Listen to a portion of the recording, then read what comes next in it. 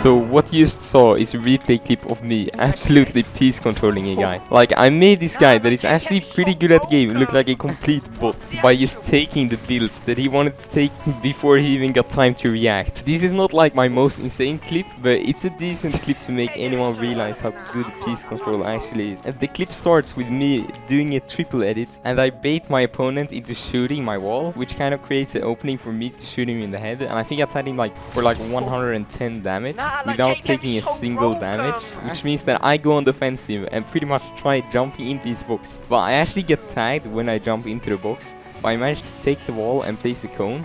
Then I whiff a shot, I go up again, get the double edit, and then the other guy extends again. But I was ready for it, so I place a cone and the floor. Then I edit the cone and the floor, and I place a cone inside of his box and take the two walls, which kind of leads the guy to be stuck inside of my box, and I can easily just pump him and finish the fight so quickly. Then the guy called me a virgin for 20 minutes straight. But that's not my point, okay? Chill. My point is how good piece control actually is if you use it in the right way.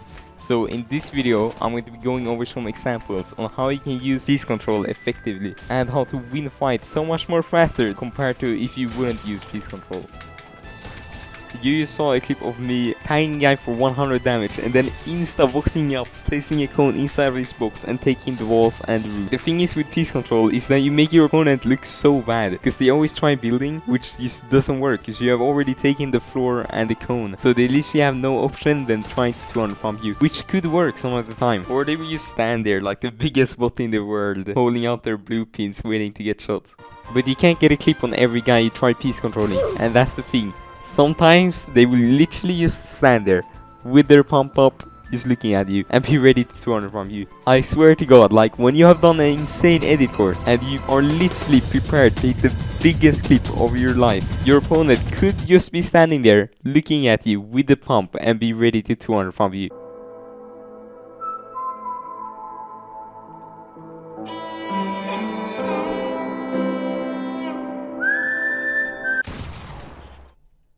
Which is just so dumb that you can outplay someone so hard, but they can still just look at you and 200 from you.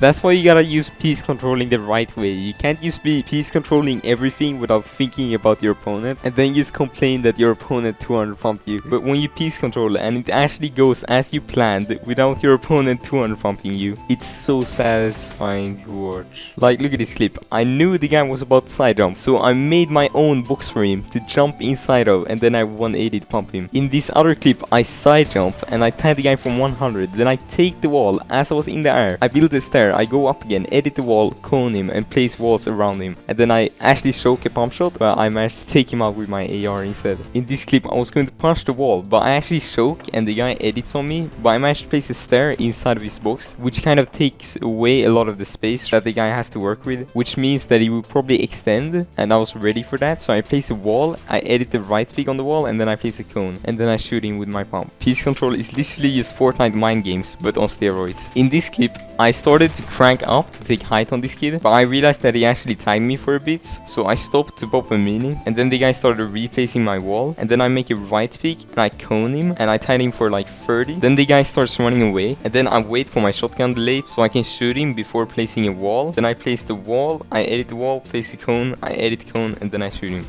In this clip, I saw that the wall was one shot, so I pretty much just used my SMG to jump into the box, and then I place a cone and the wall, which means that my opponent is pretty much stuck, and then I line up the 200 pump, and I 200 pump him, then I break the wall, and then I piece control the wall in front of the other guy, and I edit the wall, I place a stair, I place another wall and the floor above him, so he's totally stuck inside of my box, and then I pretty much choke shot. I think I hit him for 30 damage, and I used SMG'd him, and then I resetted the wall and pumped him.